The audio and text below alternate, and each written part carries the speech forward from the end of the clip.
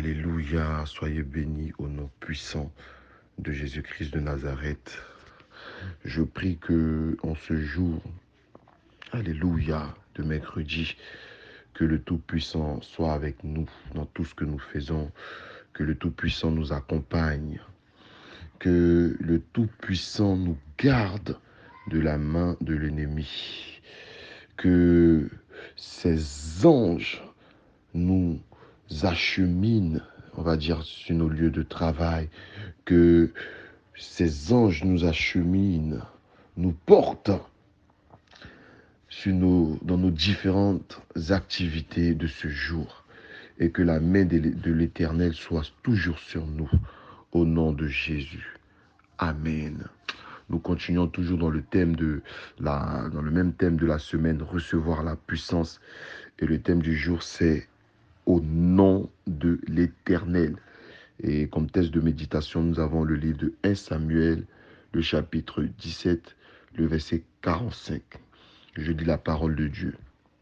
David dit aux Philistins, tu marches contre moi avec l'épée, la lance et le javelot.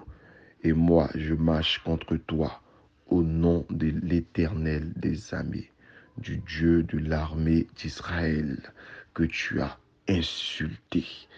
Alléluia, alléluia, alléluia. Bien-aimé, je vais faire un peu cette historique-là et je vais finir par des déclarations prophétiques. Vous savez, lorsque Saül a été oint pour être roi d'Israël, la Bible nous enseigne cette histoire-là, qu'il y a eu un temps où les Philistins ont attaqué le peuple d'Israël. Et pendant 40 jours, il y avait un homme qui était fort, il s'appelait Goliath.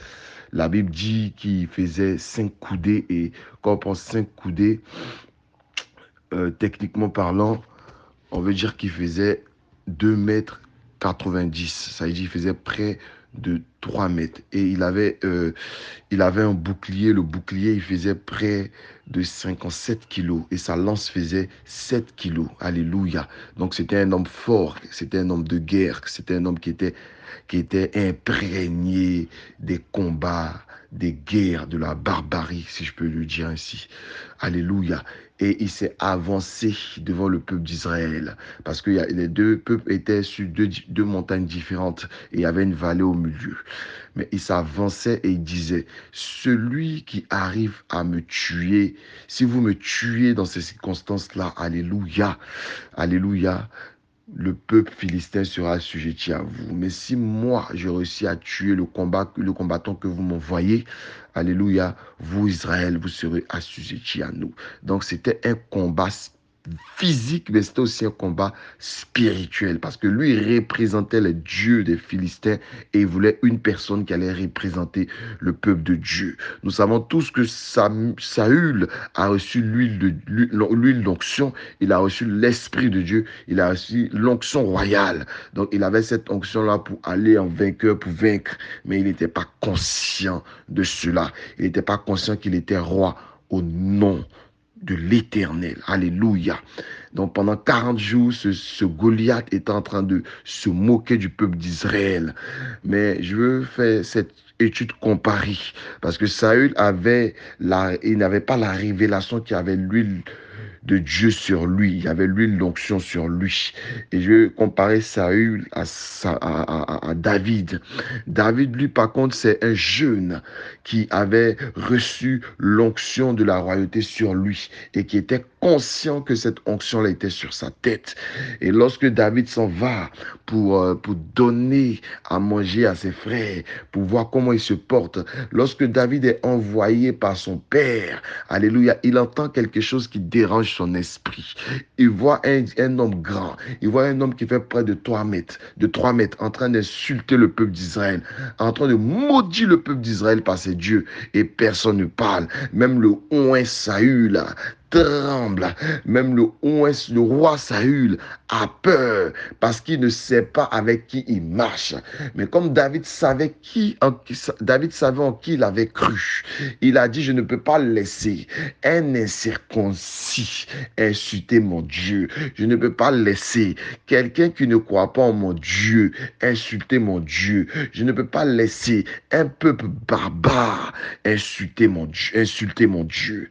Et David, il va voir Saül et il dit à Saül, moi, je vais aller combattre cet homme. Moi, je vais aller combattre ce peuple.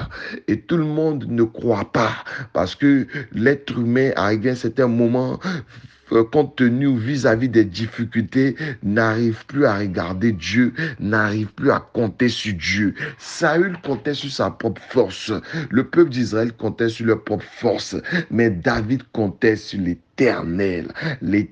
des armées. Il savait que l'Éternel des armées avait la capacité de leur donner la victoire. Parce que la Bible déclare, le cheval est équipé pour la bataille, mais la victoire appartient à l'Éternel. Alléluia.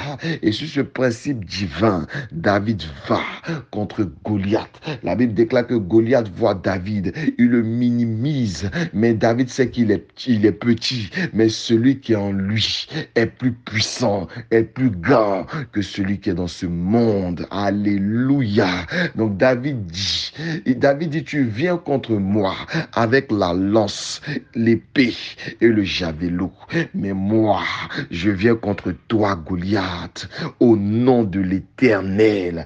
Et David arrive par la puissance de Dieu a fait tomber Goliath. Je veux te dire, si tu regardes la situation qui perdue dans ta vie, comme Saül qui voit Goliath, bien aimé, le nom de l'Éternel, la puissance de Dieu ne pourra jamais se manifester. Mais si quelle que soit la montagne, quel que soit le Goliath, quel que soit l'homme fort qui se présente devant toi, quelle que soit la situation puissante qui se place contre toi, qui se place devant ta destinée, si tu vas devant cette situation avec le nom de Yahweh, avec le nom de l'Éternel, si tu vas avec le nom de Jésus, cette situation qui est perdue tombera sous ton pouvoir au nom de Jésus.